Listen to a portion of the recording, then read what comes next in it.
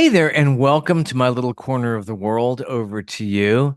Thanks for tuning in, however, you're getting this, whether on YouTube or through my website called talesfromthecorners.com, or perhaps on Apple Podcasts, where you search for my show name. It's abbreviated now, and it has been for a while, TFTC, with my name, with Bob Nebel, Nebel.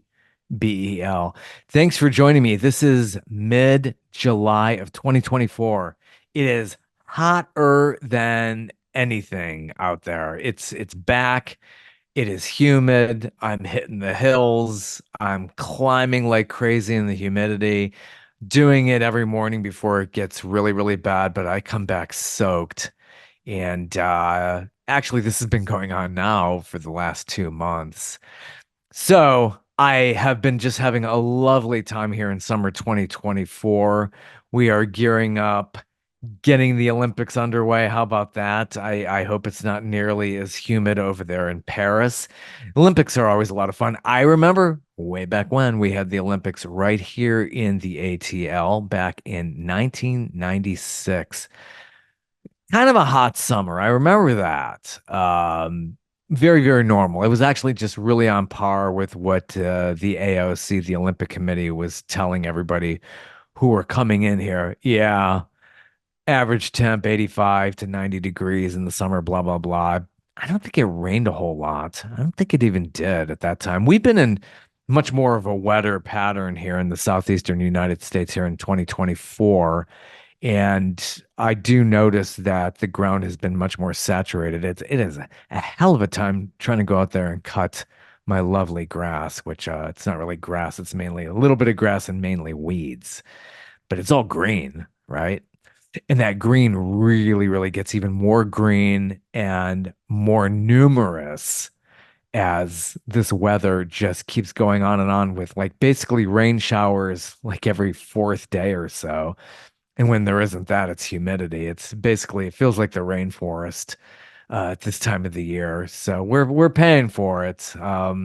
There are those very rare humid mornings where I'm getting out there. Feels really good in the shade.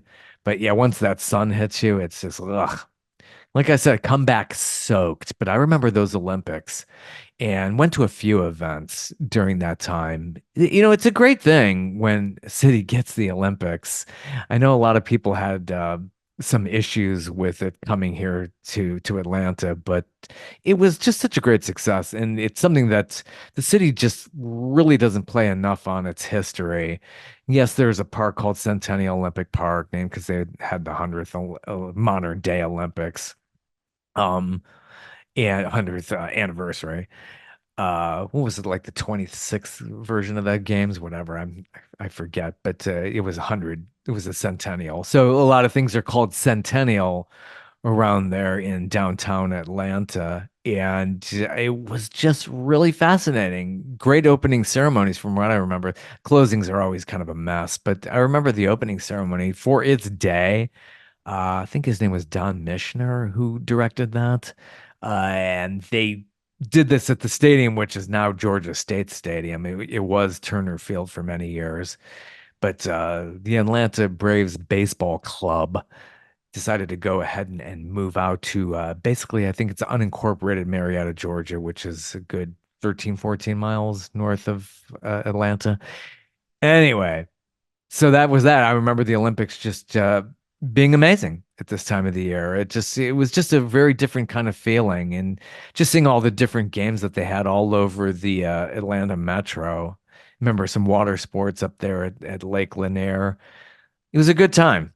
It was a good time, and really a big major coup for the leaders of Atlanta, who just should be still proud to this day. It's not every city gets this, so.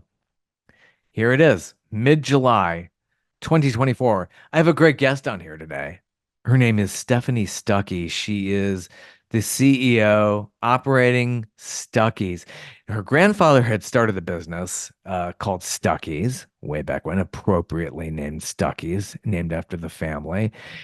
He, and I keep saying in this in our discussion, he is a true, unbelievable pioneer. I am very fascinated with this is why I wanted to talk with Stephanie. She took over the company in 2019, bought the shelling or the nut processing factory in Rennes, Georgia, where she spoke with us today.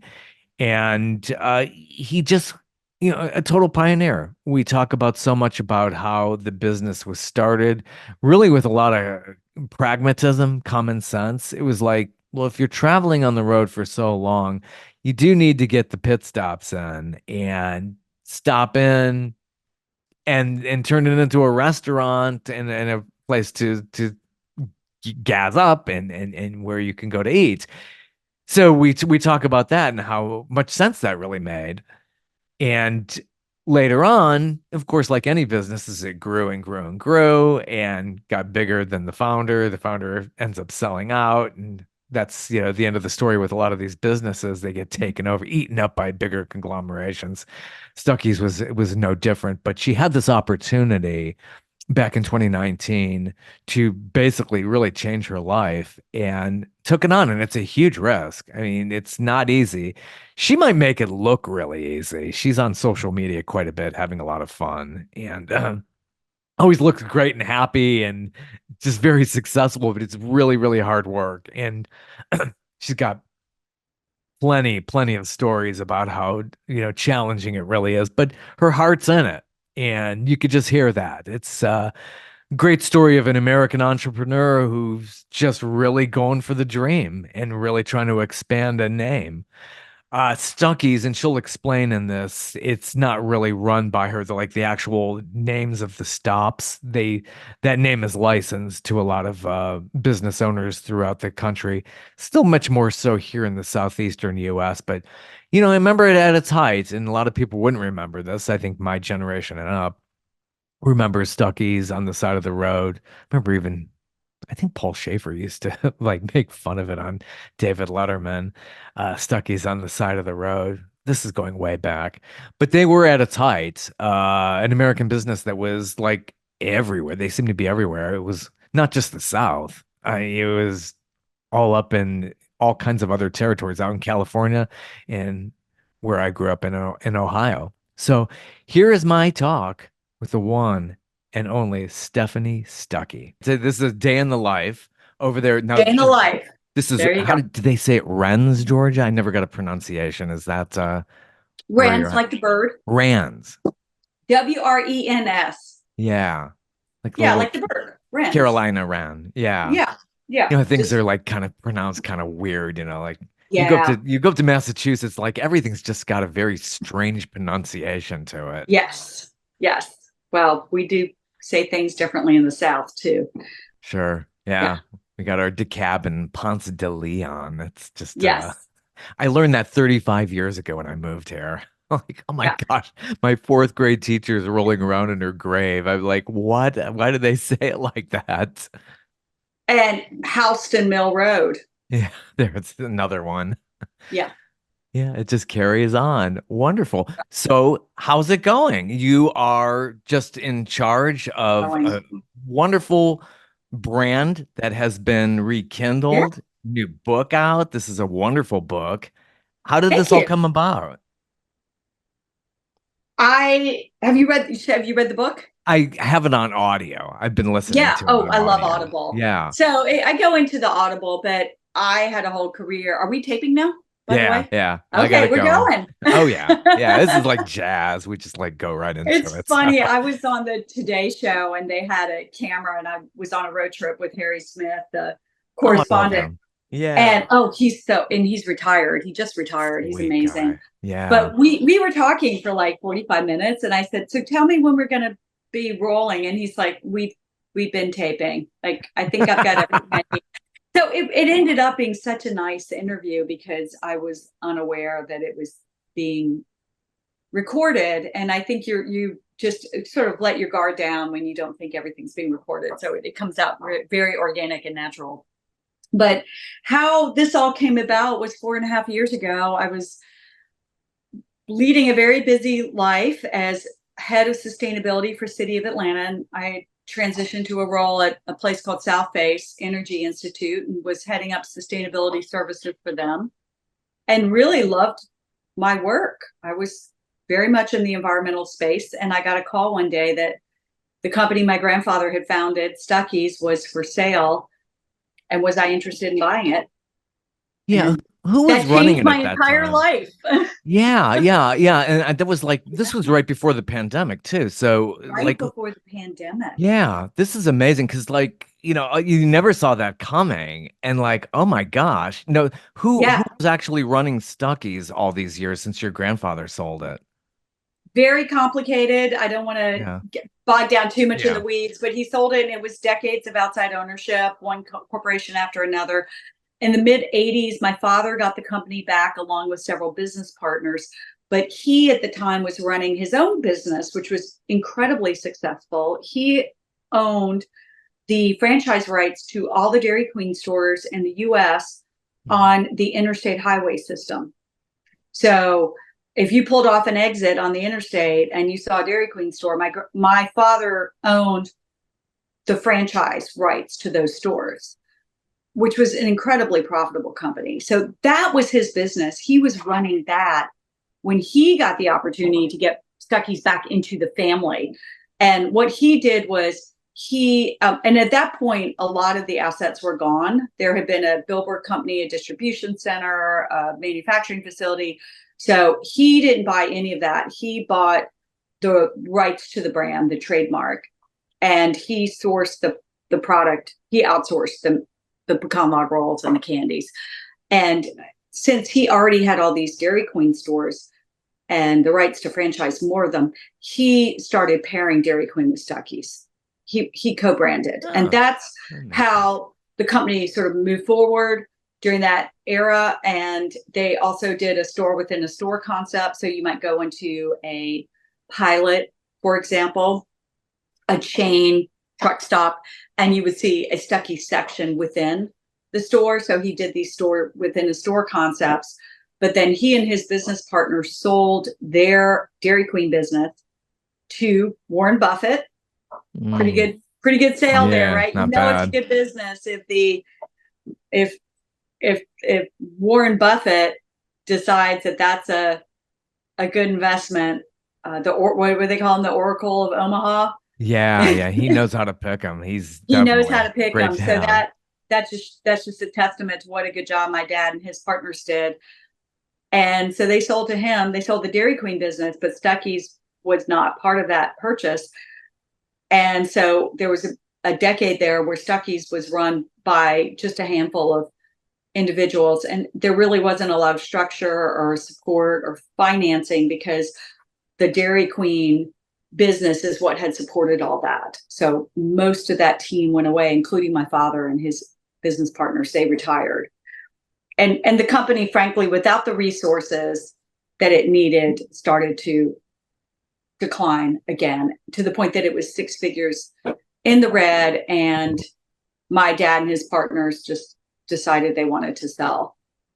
But they Yeah. didn't want to just have it go to someone who wouldn't love it. So they started asking family members. And I was the Yeah. only one who said yes. Oh my God. And you have been quite busy working with Kasim Very, Reed.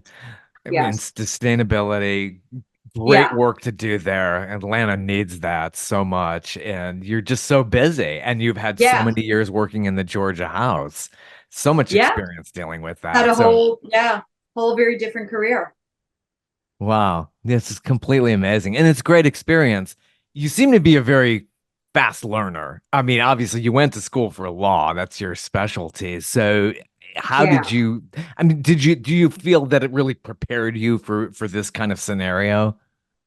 No, not 100%, because this is very specialized, but the basic skill sets that you need to run a company are the same basic skill sets that you run a political campaign or you run a nonprofit, which I also did, or run a government agency or department. I ran the Office of Sustainability. So those skill sets, as far as being able to manage, picking a good team, delegating authority, deciding what you do really well and focusing on that, and pushing away and eliminating the things that really aren't in your wheelhouse and aren't generating the money. I think what was really different was I had always been largely in the nonprofit space and the governmental space. And so this was obviously a very different revenue model where the work you're doing is generating funding and it's for profit. And I surround myself with really smart people who help fill those gaps. And then I'm constantly learning and teaching myself and reading books and watching webinars and getting mentors and talking to people. I mean, the most rewarding part of this job, being an entrepreneur, being in the business world, is how open other CEOs, and I'm now board chair, but other business people will just give you their time. Yeah. And I'll call them and say, hey, I really admire what you're doing. Will you have coffee with me? Or can we have a 15-minute chat? I've never had anyone say no. Yeah. Now, some of them have Nice. said, not now, I'm super busy, ask me back in 6 months. No one said no. And I've asked some pretty powerful people. Now, they might only give you, like the CEO of Wawa, I got a 15-minute phone call. That was amazing, though. I was very grateful for that. Yeah. I reached out to the CEO of Delta about getting our pecan snacks on in-air flights, and that's a long journey. That takes a while to get the volume and get the price point. So that's something we hope to see happen at some point. But in any event, he responded and connected me with his team. And so, just the fact that Ed Bastian, who is very busy and has a lot going on, took the time to refer me to the correct person and get me the resources and the information that I needed. It's amazing. It's a very supportive community being in business in Georgia and Atlanta. Oh my gosh, yeah. So this name, this iconic name is still around in some places. If you're on the road, that name Yes. is on some places, but Yes. you're in We have charge of 40 basically that. licensed. Yeah. Yeah, we have licensed locations still around. We own the trademark. They pay us a licensing fee and they buy product from us. And our big game changer was that we invested in buying a manufacturing facility. So if you hear like beep, beep, beep in the background, it's a manufacturing facility and a distribution center outside of Augusta, Georgia. And we started making the pecan snacks and candies, including the world famous pecan log roll. It's one of our little promotional materials. We make those in-house now. And we So source yeah. 100% from local farmers, from Georgia farmers.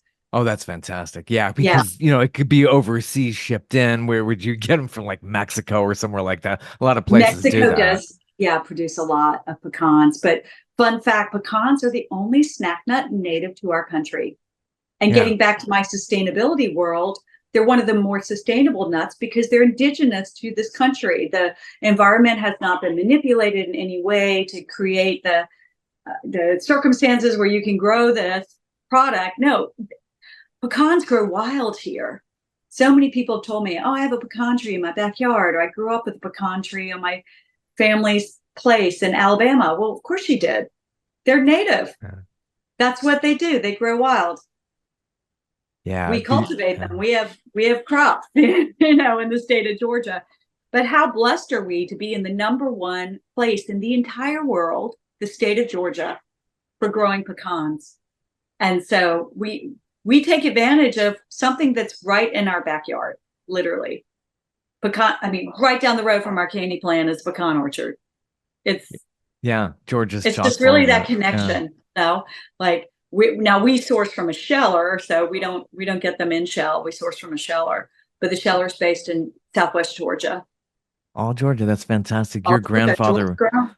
Your grandfather was such a pioneer, and you read this in the book and all that, and just like how it was just common sense. It's like people need to stop and eat and drink. And then I like the story about how he did the coffee run. Yes, It was based on his. I mean, most of us would stop a lot more, some not yes, so much, but that's good. It's really cute, but it's just really original. It's the American dream. You start this business, it goes gangbusters, does wonderful, and then it gets bigger than you are. And then and it's the story. You hear this so much where the business became bigger than the person who founded it. The board of directors takes it over, and then the founder yes. leaves.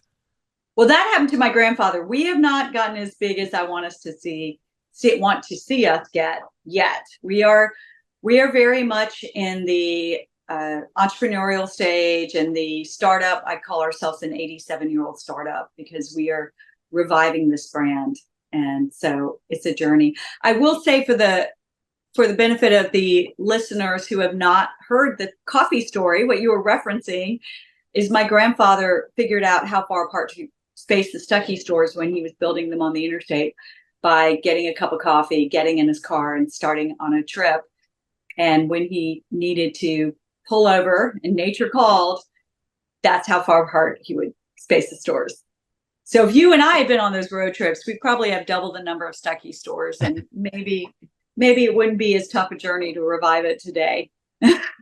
Yeah, yeah. You just always have to have that shtick. I mean, there's a lot of stuff along the roads now, Darden groups with all your Red Lobsters, which are having issues, and then Oh you have yeah, just crack, read this all week, those. bankrupt. Yeah. I mean, a freeway restaurant as that became a sit-down freeway restaurant. Your Olive Gardens, they're all part of the Darden group. And then you Yeah, also have Cracker Barrel, Bucky's. All these places are along the yeah, road. yep.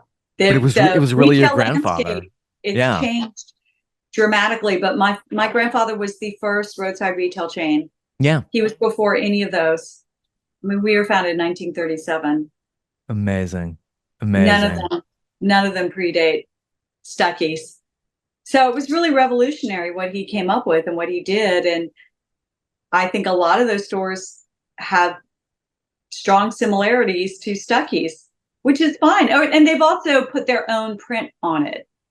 Cracker Barrel has a very unique experience. Bucky's is Stuckey's on steroids. I mean, they've taken Right. it to a completely different level, and they've got their mascot, and they've got a shtick going that's different from us as well. But I think there's a bit of a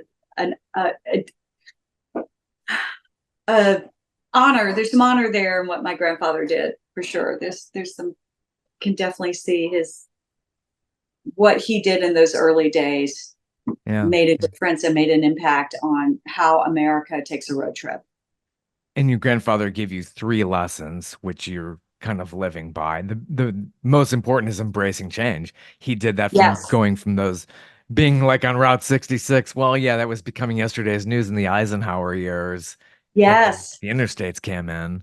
Yeah. And he had to move his stores. He had to embrace change. He had to accept the reality that the stores that he had located on the Lincoln Highway and the Dixie Highway and Route 66 were being bypassed by the interstate. And so he made a tough decision to move, and it ended up being an incredible opportunity for growth and change. But it was not without some struggles.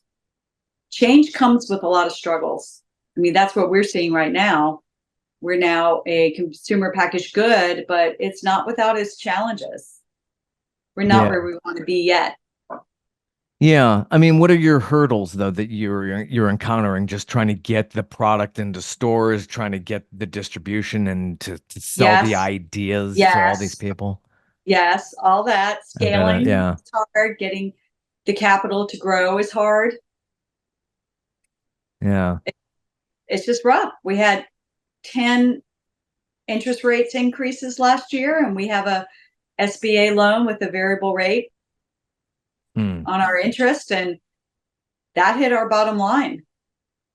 And we're in the process of hopefully doubling our production capacity, but scale does not come without some financial risk and challenges. And I'll be honest, this is a hard time for us, but we're getting through it, and we're knuckling down, and we're growing the company organically and building sales. But yeah, sales are hard too sometimes because the channels that we're getting in, the convenience store and the grocery store, a lot of those stores, that large chains especially, require that you pay slotting fees, you pay one-time setup fees, that you go through their distributor. The distributors require slotting fees and setup charges. Hmm. So it's not uncommon for you to just have one. If you are a manufacturer and you're trying to get a food product on the shelves, it might cost 20K, 40K to just get your product on the shelf. That's before you start realizing any profit from the sales. It's just those one-time setup fees, and some fees are ongoing because they want you to bake in promotions. And then there's credits and buybacks. If food product goes out of date and they have to take it off the shelves because it's past code date, well, the manufacturer gets billed for that. Ooh. So Yeah.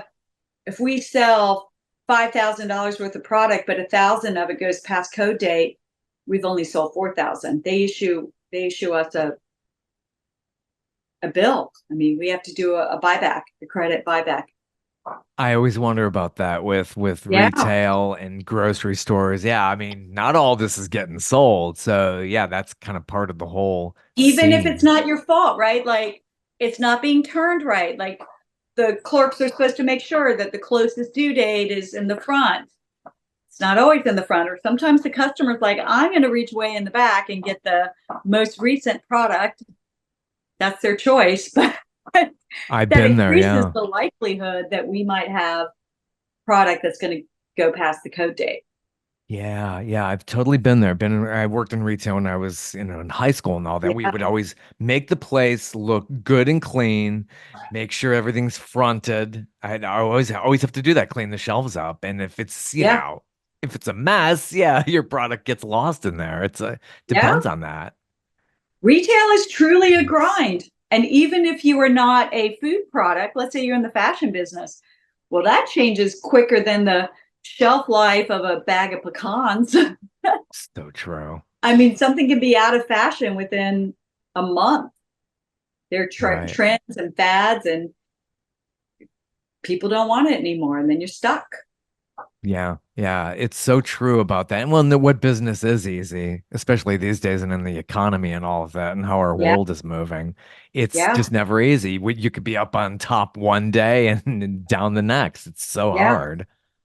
Yeah, it just comes down to like my grandfather learned is you have to embrace change and you have to be resilient. So you referenced he had three. There's three lessons my grandfather taught me, and Right. I talk about them when I give talks and speeches. And so lesson one is embrace change, and lesson two is build a community, because you're not going through this alone. When there's challenging times for businesses, just remember not only do you have an internal team that you've built that is driving towards a shared goal, but you have a team of external people, other businesses, and your community. The city of Rennes wants to see us succeed. The county of Jefferson, Georgia, where we have our business base, they want to see us succeed. They're all part of our success. And if we are having difficult times, they're sharing in that. It Hmm. affects them if we have to lay off people, or our revenue isn't as strong as it should be, or God forbid somebody goes out of business, they lose that property tax revenue. So and all the revenue that comes with hiring people and having employees live in your community. So we're all in this together. Build a team. Don't be afraid to reach out to the team. And there's external groups like the local community college and the tech school, the Georgia Economic Development Authority. So there's outside resources that are here to support us. Our local chamber has been very supportive, and we're happy to be a member of the Jefferson County Chamber of Commerce. So that's lesson two. And then lesson three was have a purpose, Absolutely, you really have do. a Yeah. guiding principle. Yeah. And ours is what my grandfather said was every traveler is a friend. So anyone who came in contact with our brand was treated with respect and dignity, like they were a friend.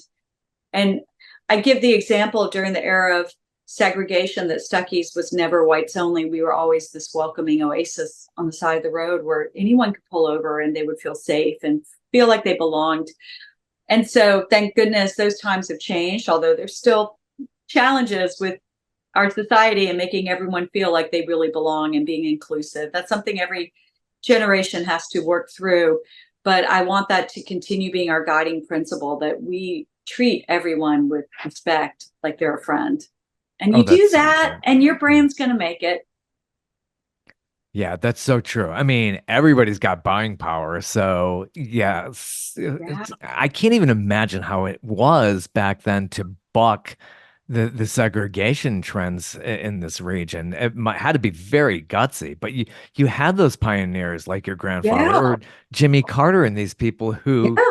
just like stood up to that. Yeah. It's just Holiday Inn amazing. was never segregated either. A lot of these weren't showy because, frankly, it would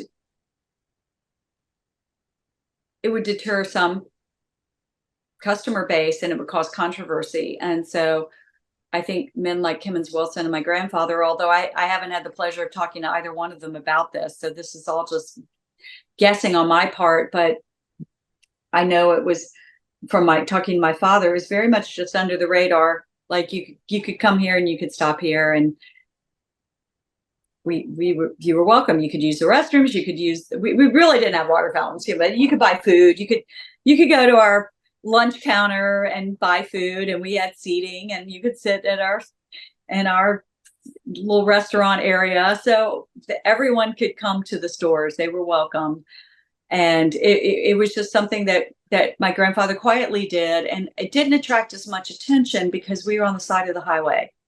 We weren't in Right. the middle of town. We weren't in large cities where there was a lot of attention paid. We were in Milton, Florida, or Somerton, South Carolina, and you would just pull over and grab a quick snack and use the restroom and fill up with gas and be on your way. So I think it was just something he did, and he did the right thing, and Yeah. he just did it. It's incredible. It really And is. he just did what he was focused on, which was growing his business and treating people with respect. And he was a businessman when it came down to it. And I do recall my dad saying, he was just all about what was good for business. And it was good for business to welcome anyone who wanted to come into his stores and spend money. Like my grandfather just couldn't understand, why on earth would you turn away someone who was a paying customer? It just Yeah. it was that simple to him. He's like, well, African Americans have money. Why wouldn't I let them in my stores? Their Yeah. money's just as good as anyone else's. Come Yeah.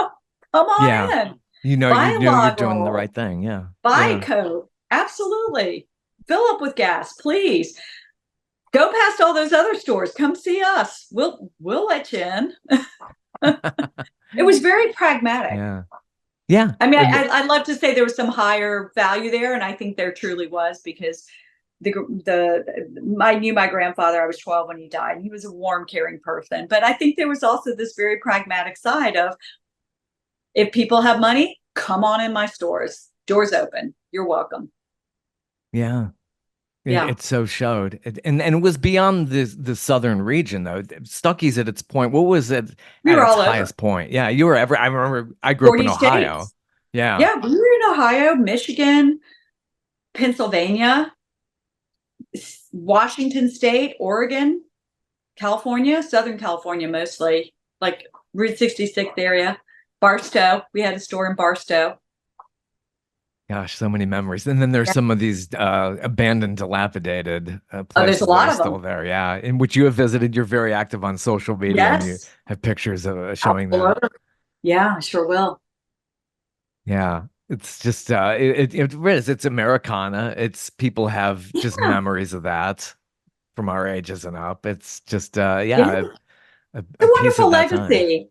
And I said earlier how generous people have been with their time, and I'm not ignorant to the fact that I have an amazing calling card with the Stuckey's brand, because a lot of these people who say, yes, I'll have coffee with you, or yes, I'll give you 15 minutes of my time, they know the brand. They grew up road tripping. So what a blessing it is to I feel like I'm starting on third base. It's not like I hit a third on my own or hit a triple on my own. I got there with a lot of help. Oh yeah, yeah. It takes a team. Just like you were in politics, you had people go canvassing for you. Oh, You can't do yeah. it on your own. Yeah. And there were 7,000 voters who elected me. Thank you very much. I could never have done Yeah. that without them. Yeah, there's something, yeah, very, very selfless about serving the constituents, looking out for their best interests, and a lot of great lessons in that, which, you'll always Yeah. carry forward. Yeah. It's, Sure. Absolutely. yeah. Do you remember just what was your earliest memory of the stores growing up? You're from Eastman, Georgia. Yeah, I remember going to that store number one, which is still standing and unfortunately is now like a flea market. It's kind of sad. So I have this vision of someday being profitable enough where I could just buy that store and renovate it and have it be a little homage to my grandfather. I know he would want that. But that original store, my aunt Ruth worked there, and I remember going to that store and shopping as a kid, and there was a talking mynah bird named Corky, and I would walk in and Corky would say, "My name is Corky and I'm not for sale," and went, you know, and Corky wants a log roll, it was, The log yeah, rolls, yes. yeah. So a lot of the stores had talking mynah birds and made their own honey beehives. I mean, it was really eclectic and fun back then. The stores had personality to them. So I totally remember that. I remember begging my parents to buy me a Duncan bird, the little thing that, and the Yeah. Mexican jumping beans, Mm. and the the Willie um, drawing sets where it was a bald guy and you would put hair on him That's cute. with the little drawing set. So I remember that. And I was like everyone else. I had to beg my parents to buy me stuff. I didn't get free stuff at Stuckey's. I didn't get to pull stuff off the shelves. It was a mommy, please. Yeah, yeah. My dad would almost always say no. So I need to go to my mom. Yeah, work on one or the other. That's Yeah. so, oh my gosh. Yeah, but you took this hole over when you were in your early 50s, then the Yeah. pandemic. How did you operate through the pandemic and get all this going? Well, I quickly built a team, which you have to do. So I had other people helping me, but we focused on areas where we knew we could sell product and stores that were operational. So fortunately, roadside retail continued to be open for business during the pandemic. It's not like a lot of restaurants that were really hard hit and had to shutter their doors, or museums, or, so many. I consider us in the hospitality industry. So many in the hospitality industry, hotels and museums and attractions, like they were devastated, like completely shut down, or, occupancy to 10% or less. We didn't experience that as much because people were still driving. And in fact, people started driving more and rediscovering the road trip because they couldn't fly. So True, we true. continued to sell to those channels, and then we started getting into grocery channels more. We were only in a handful of groceries, so we started getting into grocery chains at that time. So, and Good. hardware stores. So you just look at, where are people buying? What are consumers doing? How have they shifted their behaviors as a result of the pandemic? And of course, a lot of online selling. And we did get on Amazon during that time. Amazon's been really tough for us. We're hoping to reboot the Amazon store and be back on Amazon, but we also really focused on driving sales through our online website. So that was another big opportunity during the pandemic. So, you just survive. And then we, like every other small business in America, pretty much we got PPP, we got the EIDL, the Economic Industry Disaster Loan. We applied for the government benefits. Good. Yeah, we Excellent. we just got through it like everyone. Spend Yeah. less, hopefully drive revenue wherever you can, and get capital wherever you can. Increased our line of credit. Mm. You just get through it one day at a time. Yeah. Like your grandfather said, trust yourself and Trust your yourself. instincts. Yeah, Yeah, absolutely. trust your team. Yeah. Very good. Well, thank you so much for your time. I really enjoyed this. It's been my pleasure. Yeah. Take Welcome to care. the Stuckey's Candy Plant. Yeah, yeah, absolutely. Everybody go out there, get it. And the new book. This is Yes, fantastic it's too. called Is you Unstuck. It's Yeah. on Amazon. You can also get it at stuckeys.com, and Books a Million sells it. Yeah. Author Yeah. as well. Author, Yeah. entrepreneur, everything. You're doing it all. Thank you so much. It's been a pleasure. I appreciate you having me on the show. Take care. Have a good All one. right. Thanks, Robert. Bye-bye. Bye. Bye.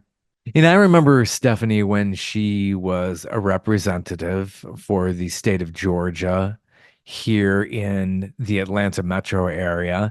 And she was really, I mean, she was under the gold dome for many years. and very successful at it. But she changed her life and took on the business and really got out of politics, at least for now. They always keep coming back, don't they? But no hint there. Anyway, thanks for joining me today. I had a lot of fun, and we'll do it again. I'll be back. Have a good one.